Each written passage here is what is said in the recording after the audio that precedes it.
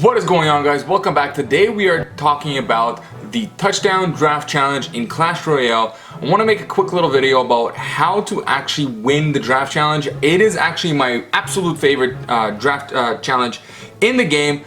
Let me know what your favorite draft challenges are. This one by far is my favorite one. Bandit, I absolutely hated the Bandit one. Just because it gave me the hugest headache to actually try to figure it out. Even though I use a bandit deck, the fact that sometimes just getting cards that just don't work with the bandit is just absolutely awful for me. So that is my worst one. Favorite, hands down, football draft challenge.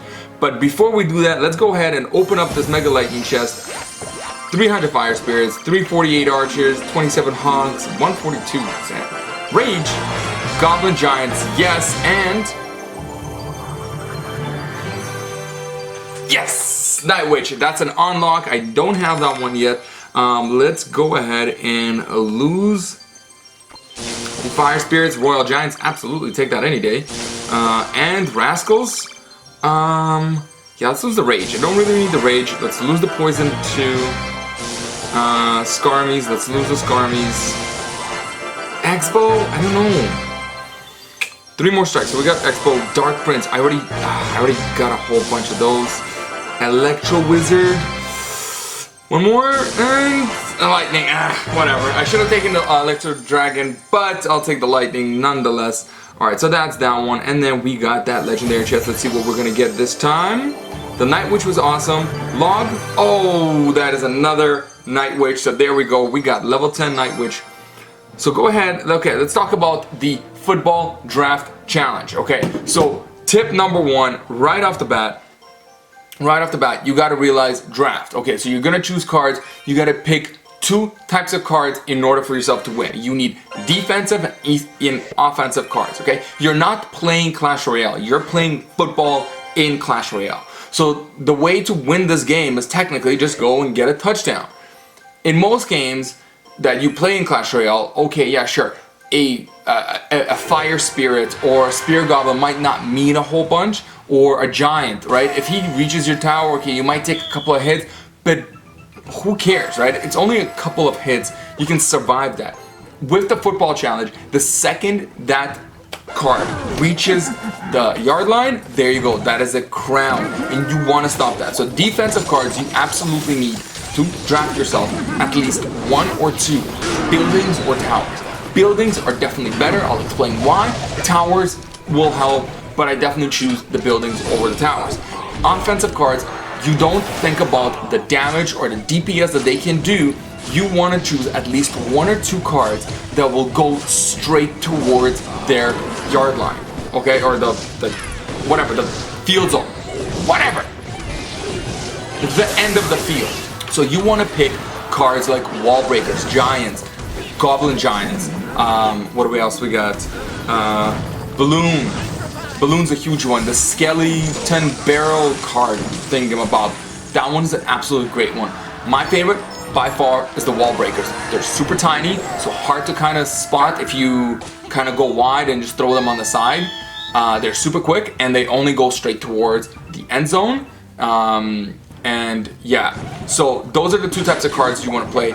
I'm not gonna get too deep into exactly which cards you want to play. I'll make another video. Just let me know in the comment section below if you want to go another video and actually like dissect card by card, which one is good, which one isn't. But I'll definitely leave the link in the comment section or in the description down below for that video.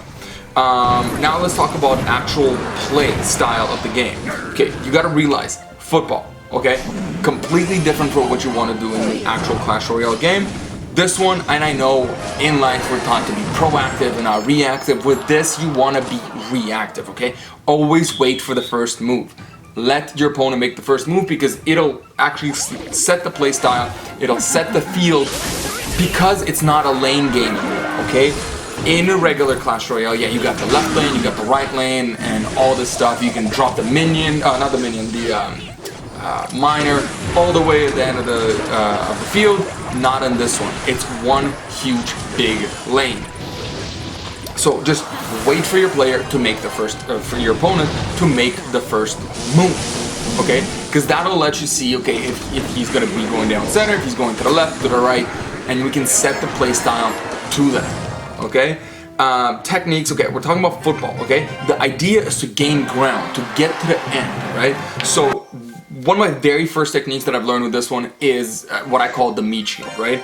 So you pick a card that is going to be your king. This is the president, and you're going to give him the Secret Service, okay? You want to choose a card like a wall breaker, like a giant, or a balloon that you're going to play all the way to the left or to the right. I usually play it all the way to the center, to the side. I've seen some players try to play it in the middle. Sometimes it just, I mean, like if you're playing it to the middle, all I really need to do is just drop any kind of tower anywhere, and those guys will go straight towards that building. Playing it to the sides, it kind of limits my attention range of that card. So for example, if the wall breakers, if their attention span is 5-6 blocks, the fact that you have a, let's say, a bomb tower dead center of the map, my wall breakers are not gonna diverse and just be like, oh yeah, there's a tower, and go towards it, right? It only has that 5 blocks like attention span. If I put my wall breakers down the center, it goes 5 blocks or 6 blocks to the left, 5 or 6 blocks to the right. I'm literally covering most of the field with his intention, and I don't want him to get distracted. I want that card to go all the way straight, no stops. Now you want to protect this card completely. So what you want to do is either put a meat shield a little bit to the front and to the side, right? So away from that, not end zone, I guess that, like the outline, field line, whatever it's called. And you want that, so you want your king to be running down, so you want your runner running down, and just like in a regular football game, you've seen them hundreds of times, where there'll be like just like a line of guys just protecting him, right? That's exactly what you want to do. You want those cards to get attention of the other card, of their opponent's card, take the damage, take the battle to them, while your wall breaker or your giant just walks up towards the end zone. The second like, really sneaky technique, if it's just a full-on war zone, and you can see like, okay, there's no way my meat shield's gonna survive this one.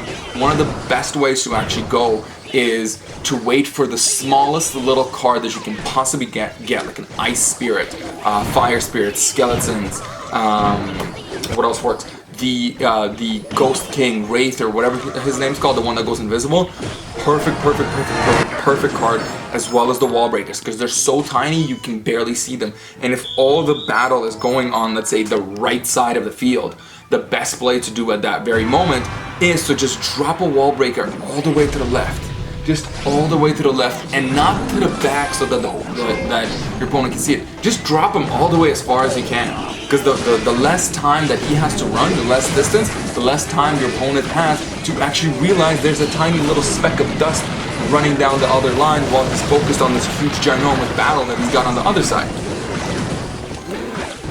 It is actually, you have no idea how many times you've won game just by playing a wall breaker or a skeleton or like fire spirits or ice spirit all the way to the side, and just continuing the barrage of soldiers that are being sent to the right. Because it also kind of like going wide like that, it allows you to force the opponent to make a decision. It's either, are you gonna stand your ground right now and take on my horde of cards that I got this army built up, or are you gonna divest a card to actually take care of my wall breakers, right? So because if he divests to the left to try to stop my wall breakers or to stop my ghost or ice spirit, now he has way less cards defending, and my army's getting stronger. So what you want to do is don't even protect it. When you're gonna go sneaky wide and you're not gonna do the whole meat shield, throw in that ice spirit on the left and just keep throwing cards down that battle. If he starts using elixir to stop that last card, perfect, because now you can just take over the right. You got this whole giant army, and there's your touchdown. The other third technique is absolutely amazing, and it is a perfect technique to use with a snowball, a giant snowball, because it actually looks epic when you do it. Is kind of combining go wide with a Hail Mary. right? So if everything else failed, if your meat shield's not working, you can't escort one of your runners. If your going wide sneaky thing is not working and the player is actually paying attention to the field, what I like to do is actually go with a Hail Mary. Throw in a card, and right when you always want to use a card that doesn't target units. You want to use a card that only targets towers, and pray that he does not, or she does not, play a tower in front of that unit. But this is where the snowball comes to effect.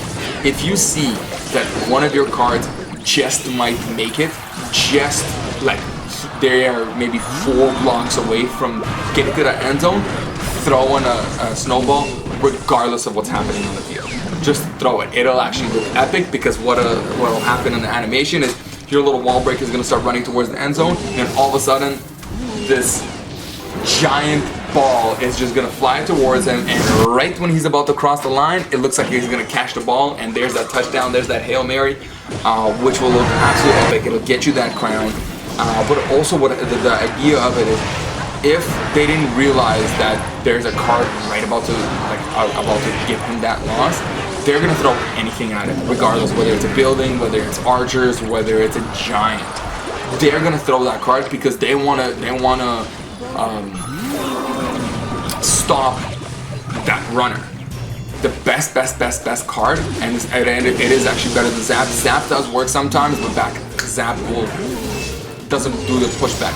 With the snowball, what will happen is, as he's about to cross that finish line or that end zone, what's going to happen is the snowball is going to pop. It's going to slow down any kind of attacks that are about to come, and it actually will push back any kind of melee units as well.